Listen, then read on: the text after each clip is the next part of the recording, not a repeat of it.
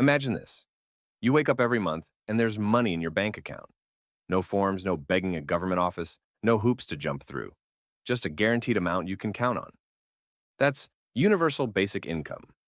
Some people call it free money. Others say it'll destroy society. But here's the reality. UBI isn't about giving people cash for nothing. It's about building an economy that works for everyone, not just the top 1%. So today, let's break down what UBI actually is and bust some of the biggest myths around it. At its core, universal basic income means every citizen gets a set amount of money, regularly, with no strings attached. Sounds radical? Not really. We already have pieces of this. Seniors get pensions, families get child benefits, students get grants. UBI just takes the patchwork system, strips away the red tape, and makes sure everyone has a floor to stand on. Instead of a safety net full of holes, it's more like a foundation, one you can't fall through. The pros. So why do people push for UBI? First, security. Nobody should be forced into poverty just because they lost a job, got sick, or faced a crisis. Second, freedom. If you hate a toxic job, you can actually afford to leave. Which, let's be honest, is exactly why corporations hate the idea. Because if workers can say no, companies can't rely on desperation to keep people stuck in low-pay, high-stress jobs.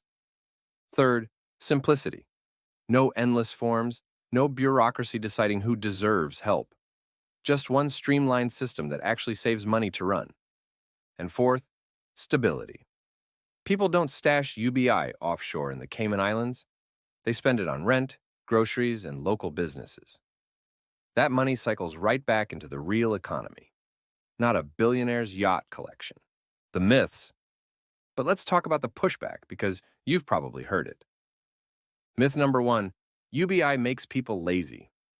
This one's everywhere. But here's what the data says. In pilot programs, most people keep working. Some even work more because they can afford training, education, or childcare. Any drop in work hours usually comes from parents spending more time with kids or people going back to school. That's not laziness. That's investment in human potential. Myth number two, it's too expensive. The sticker shock is real. Giving everyone money sounds pricey. But here's the reality. Poverty is already expensive. We pay for it in healthcare, policing, homelessness programs, and lost productivity.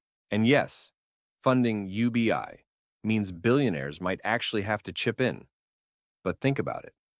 They've built fortunes on public infrastructure, taxpayer-funded bailouts, and a workforce that often can't even afford the products they make. Asking them to contribute isn't radical. It's called paying the bill. Myth number three, it will cause inflation. This one sounds logical. More money, higher prices, right? But inflation isn't just about demand. It's about supply. If people suddenly have money but there's still enough goods and services, prices stay stable. In fact, in UBI pilots, inflation wasn't a major issue. And remember, we already spend billions on welfare, subsidies, and tax breaks for the wealthy. Redirecting that into UBI isn't flooding the economy with monopoly money, it's reallocating what's already there. Myth number four, it's just a socialist fantasy. Actually, support for UBI crosses political lines. Libertarian economist Milton Friedman had his version. Silicon Valley tech leaders back it as automation threatens jobs. Martin Luther King Jr. called for it as part of the fight against poverty. The idea isn't locked to the left or the right. It's about designing an economy that adapts to reality. Now, UBI isn't a magic wand. It won't fix all inequality, and it won't replace the need for public health care, education, or housing policy. But here's the thing. Giving people a baseline isn't dangerous. It's smart. UBI lifts the floor so people can build better lives with less fear and more possibility. So next time you hear someone dismiss universal basic income, remember, the real question isn't, can we afford it? The real question is who benefits from us believing we can't? And stay tuned, because we didn't even get into the hidden benefits of UBI.